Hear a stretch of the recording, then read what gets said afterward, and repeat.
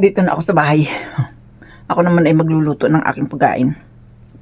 Pero ako muna yung ngunguya kung anong mga ito mga nuts. Ginaw.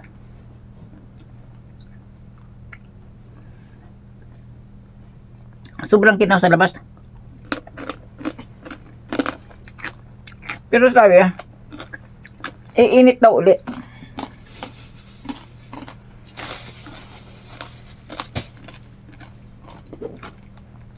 Kaya, hihintayin ko na naman uminit. Pero maginaw talaga. Ito mainit. Mainit sa katawan, pero iba pa rin pag nasa labas.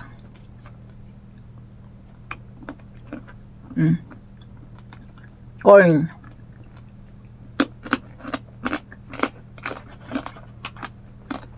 Almond. Mani.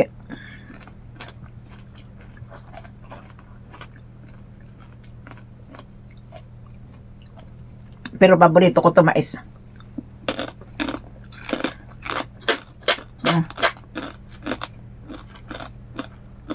Ako muna yung magluluto. Sandali lang. Yan lang muna kayo.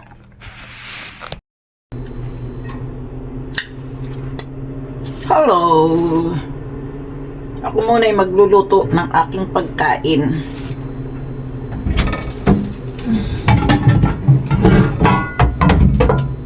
Kung ano-ano lang ang aking luluto. Ano lang ang meron.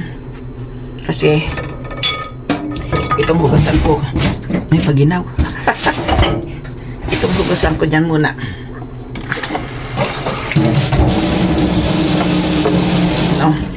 Maghuhugas pa ako ng mga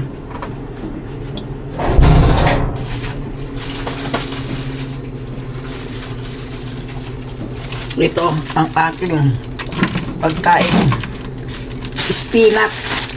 Noong isang araw ko pati iniisip kung ano yung gagawin kong ano, diba? Kung ano ang pangalan nito, spinach nga, naalala ko na.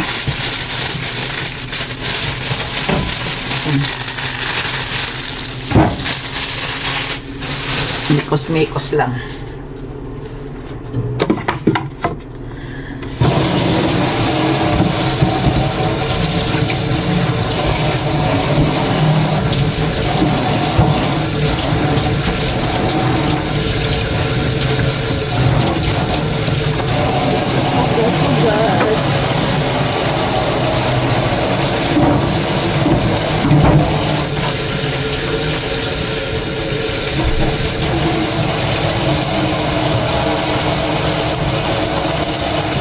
Ay, na diretsahan uli. Diretsahan daw, diretsuhan. Sabay hulog sa kawali. Naliit kasi ang kusina ko.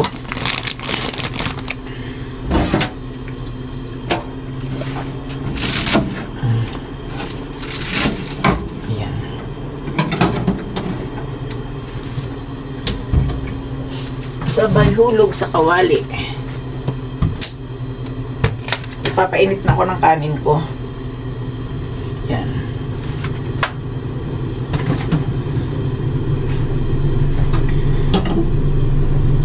Tapos ako rin ay may egg. May dalawa akong egg. Yan. Ano ko na to. Dahil hindi ako mahilig sa mga scramble egg. Ako ay sunny side up ba tawag dito? Sunny. Yan. Ay, hindi pa masyado mainit ang aking kawali.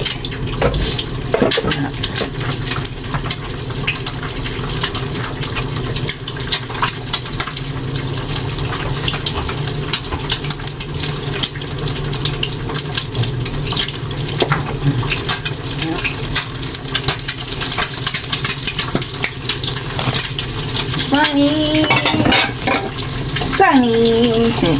Pakikita ko sa inyo yung aking nilalagang itlog. O, ayan. Nilalaga daw.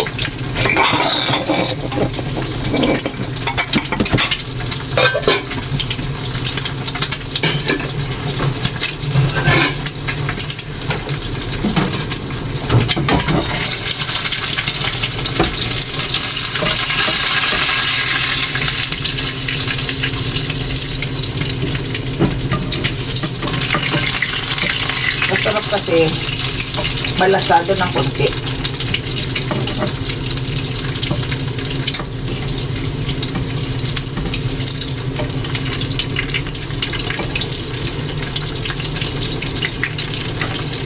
Yan.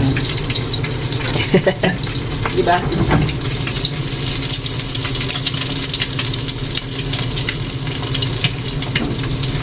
Pag-iisang pinggan lang ako para tipid sa hugasan.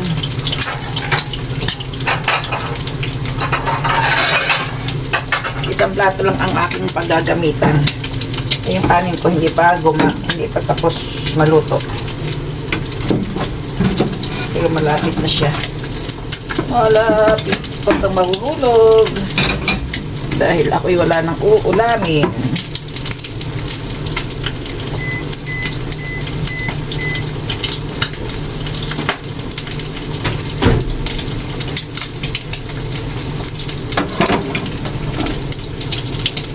Eh, bakit? Hindi pa mainit. Kulang sa painit.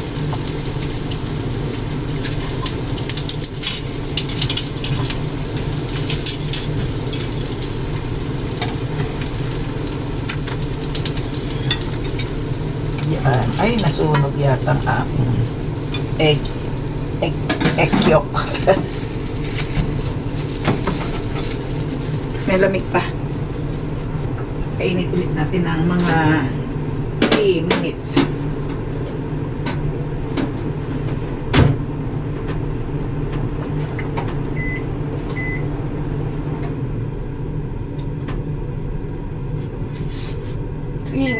Ayan.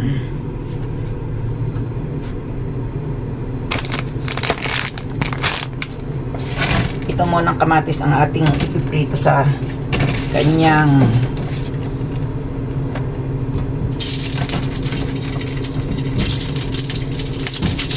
yan. Tapos yung tuyo, paano kaya?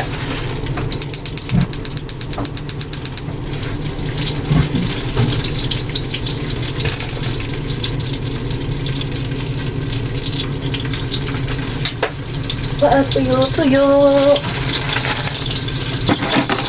Para yung lasa ng tuyo dito sa gulay mapupunta. Hindi ko na tumuhugasan kasi nung minsan hinugasan ko, hindi siya lumutong. Kaya mainit pa.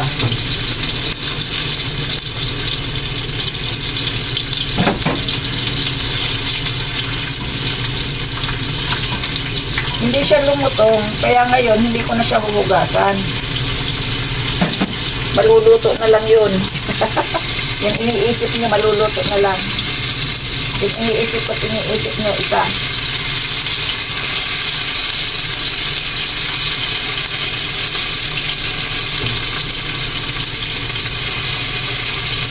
Ewan, napapakain ako kagabi pa ng tuyo.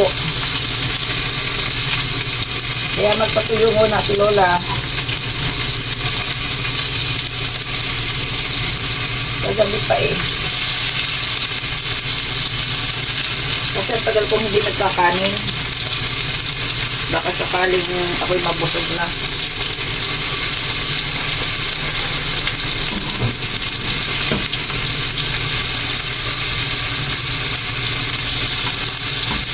Bahalang mapagalitan ng kapitbahay. Mabaho ang tuyo kasi.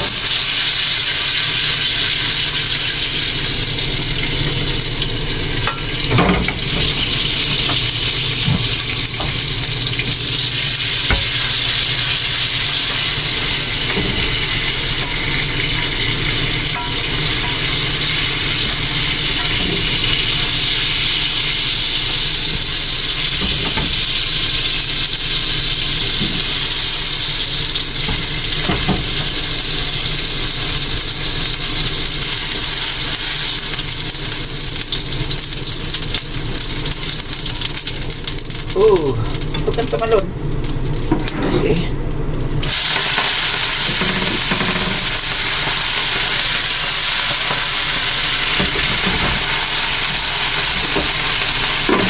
tatalon eh.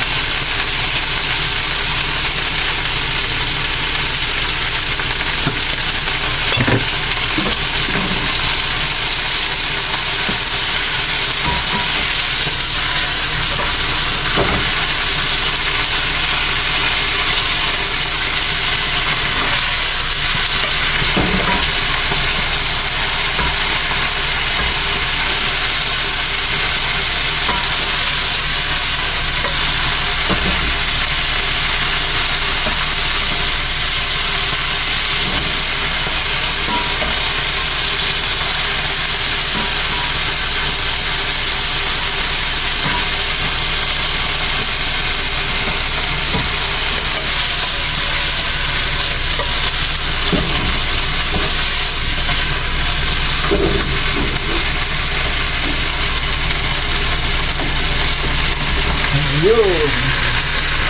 Hindi ko na ito tinimpla. Kasi mayroon naman akong panimpla doon sa sa lamesa. Pag nagkulang, di yun na lang ang ibang titimpla ko. Kasi nilagyan ko ito ng tuyo. Baka maalat yung tuyo, di ba? Yan. Oh, bilis lang. Maalat nga. Yan ang aking food for today. Sarap. Ito ang aking nakuha sa aking maliit na rep. Ayan. Ito may suka. Isinuli sa akin. Nilulairing ginawa kong suka. Sarap. Tapos, ito naman yung spinach. Ito naman yung kamatis. Yung aking egg. At yung bulad. Bulad na ng siguro may 3 taon na sa lalagyan. Hindi, joke lang. Tapos naman, ito naman yung aking kanin. Magkakanin ako. Magra-rice ako ngayon. May tutong pa siya. Inilagay ko lang to sa freezer. Para in case nakakain ako, lagi akong mayroong kanin. Ayan. Let's eat. Ika. Parang mas maganda yata. Hindi naka-chopstick. Mainit. Mainit. Ano kaya maubos ko tong kanin? Pag naubos ko to, swerte Gulay muna ako. Yan, gulay.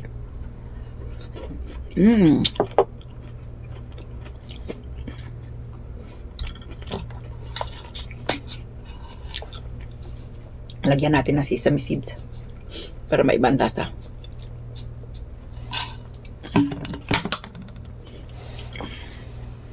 Yan. Ako lagi ako may sesame seeds kasi nga panlagay sa ulam. Panlagay sa kanin.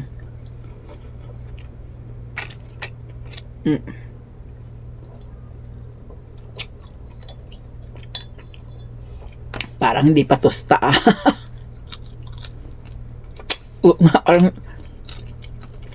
hindi pa tosta. Hanap ako ng tosta. Ito tosta na.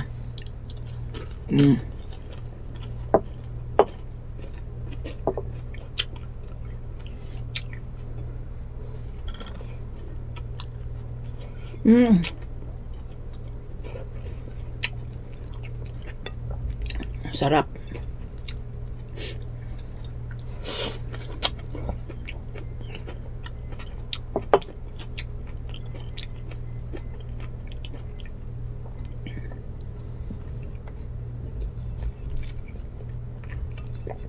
Ito naman yung egg.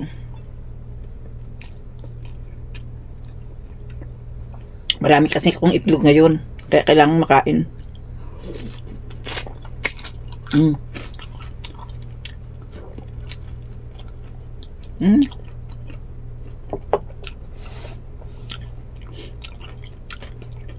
Di ba pwede rin itong isawsaw sa suka? Ang itlog.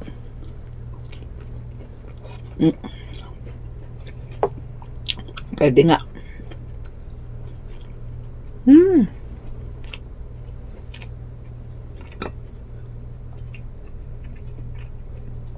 Ito naman yung kamatis.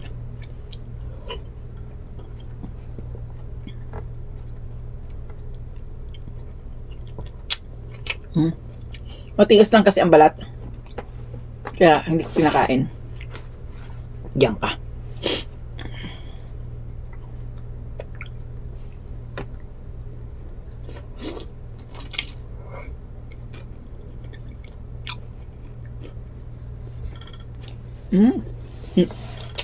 Gutom.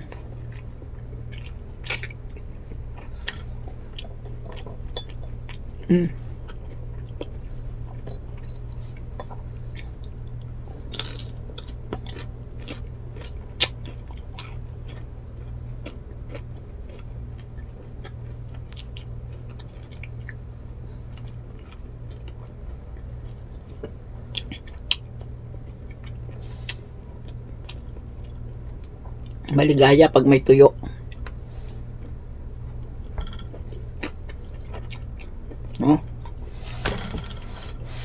O paano? Ako'y magdadahan-dahan ng kumain. Babu.